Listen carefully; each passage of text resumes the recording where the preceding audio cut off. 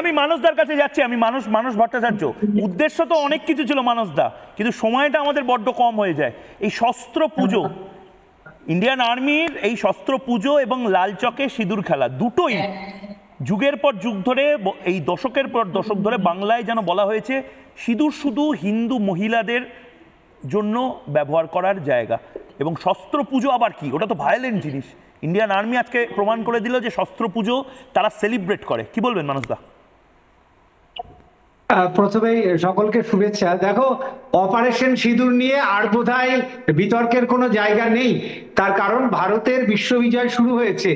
ইসরায়েলের ইতিহাসে, স্টুডেন্টদের ইতিহাসে অপারেশন সিঁদুরটাকে ঢোকানো হচ্ছে, জানুয়ারি থেকে পড়ানো হবে, সেখানকার শিক্ষামন্ত্রী ঘোষণা করেছেন। অর্থাৎ ইসরায়েলের মতো একটা দেশ ভারতে 22 মিনিটে কি করে অপারেশন সিঁদুর এত বড় একটা অপারেশন শেষ করলো, সেইটা তারা ইতিহাস বইয়ে পড়াতে যাচ্ছে। আমার সঙ্গে গতকালও ইসরায়েলের একজন শিক্ষকের কথা হয়েছে, তারা বললো যে এই অপারেশন সিঁদুরটা এত দ্রুত 22 মিনিটের মধ্যে কিভাবে ভারত করলো, সেটা আমরা আমাদের ছেলে মেয়েদেরকে জানাতে চাই। ভারতের প্রত্যেকটা রাজ্যের প্রত্যেকটা শিক্ষামন্ত্রীর শেখা উচিত যে অপারেশন সিঁদুরটাকে কি করে ছাত্রছাত্রীদের সিলেবাসের মধ্যে ঢুকিয়ে করা যায়। দ্বিতীয় ব্যাপার হচ্ছে শস্ত্র পূজন, যেটা প্রশ্ন তুললে। ভারতবর্ষের এবারের বিজয়াতে বিশ্ব বিজয় শুরু হয়েছে। আফগানিস্তানের সব থেকে প্রাচীন দুর্গা মূর্তি ছিল, তার নাম আশামায়। আফগানিস্তানের স্বরাষ্ট্রমন্ত্রী ভারতবর্ষে আসছে, সেখানকার মন্দির সংস্কার করার কাজ শুরু হবে ভারত আফগানিস্তানের যৌথ উদ্যোগে। মরুতীর্থ হিংলাজ, সেখানে এবছর সব থেকে বেশি মহিলারা সিঁদুর খেলেছেন, তার ছবিও ভাইরাল হয়েছে। বালুচিস্তান বলেছে আমরা ভারতীয় সংস্কৃতিতে ফিরতে চাই। শ্রীনগরের লাল চক তো অনেক দূর, যেটা পাকিস্তান অকুপায়েড কাশ্মীর, সেখানে ভারত মাতা কি জয়। সুতরাং ভারতবর্ষের বিশ্ববিজয় শুরু হয়েছে, এটাকে স্বীকার করে নেওয়াটা আমাদের পক্ষে ভালো। যদি আমরা মুখ ফিরিয়ে থাকি, তাহলে ওই উট পাখির মতো মাটিতে মুখ গুজে রাখলে তার ঝড় থেমে থাকবে না। আমার সময় শেষ। আমি সজল ঘোষ অনেকক্ষণ ধরে বসে রয়েছে, আমি সজলদাকে একটাই কথা জিজ্ঞেস করবো। সজলদা, বড় একটা যুদ্ধ জয় হলো, এবার কি নাক ডেকে ঘুমাবেন? এবার কি ঘুরতে যাবেন?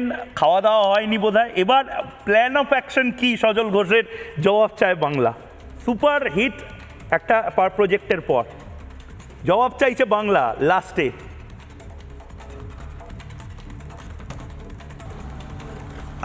দেখো, আমি তো এ পারি না।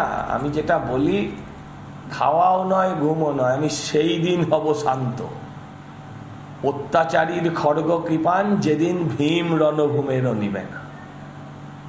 যেদিন এদের শেষ দেখতে পারবো এই সরকারের, আমি সেই দিনই ঘুমোতে যাব। তার আগে আমি মরবও না, মারলেও মরবো না। বালাই ষাট। আমি আবার বলছি, প্রত্যেককে বলছি, আমি সাধারণত এটা করি না, কিন্তু আমার খুব খারাপ লাগছিল। আমি রুদ্রনীল ঘোষ এবং অরিত্রকে আজকে পেয়েছি, অনিন্দদাকেও পেয়েছি, মানসদাকে তো পেয়েছি। আমার খারাপ লাগছে একটাই কারণে, দেখুন আমাদের অ্যাকচুয়ালি এটা অনেকে না ভুলে যায় যে অ্যাকচুয়াল বলিউডটা তো হওয়ার কথা ছিল এখানেই তো থাকার কথা ছিল। যারা সিনেমা বানালো, যারা প্রথম সিনেমা তৈরি করলো, প্রডিউস করলো, আমরা মাঝে মধ্যে বলি বাংলা সিনেমার পাশে দাঁড়ানোর। এরকম চলমান সিনেমা 3 মিনিটে আমরা দেখাচ্ছি। আমি এখনো বলছি, আমার বন্ধু বান্ধবরা বলছে ইয়ার ইয়ে আগার হায়দ্রাবাদ মে হোতা তো ক্যা হোতা, ইয়ে আগার মুম্বাই মে হোতা তো ক্যা হোতা। এবং বিশ্বাস করুন, আপনারা যারা প্রবাস থেকে দেখছেন, ভাবুন তো টাইমস স্কোয়ারে যদি এরকম একটা কিছু হতো। আমরা বাঙালিরা পিছিয়ে পড়ছি। কেউ যদি বিজেপি হয়ে, কেউ যদি সিপিএম হয়ে, কেউ যদি টিএমসি বা আইএসএফ হয়েও একটা ভালো কাজ করে, আসুন আমরা বাঙালি হিসেবে সেলিব্রেট করি, এটুকুই বলা। বাদ বাকিটা মানুষ বলবে। খুব ভালো থাকুন। একাদশী আজ, কাল আবার আরো বড় কিছু নিয়ে দেখা। নানা ধরনের কন্টেন্ট দেখার জন্য লাইক করুন, শেয়ার করুন আমাদের ফেসবুক পেজ, সাবস্ক্রাইব করুন আমাদের ইউটিউব চ্যানেল। পাশাপাশি অন্যান্য ব্রেকিং নিউজের জন্য অবশ্যই চোখ রাখুন রিপাবলিক বাংলায়।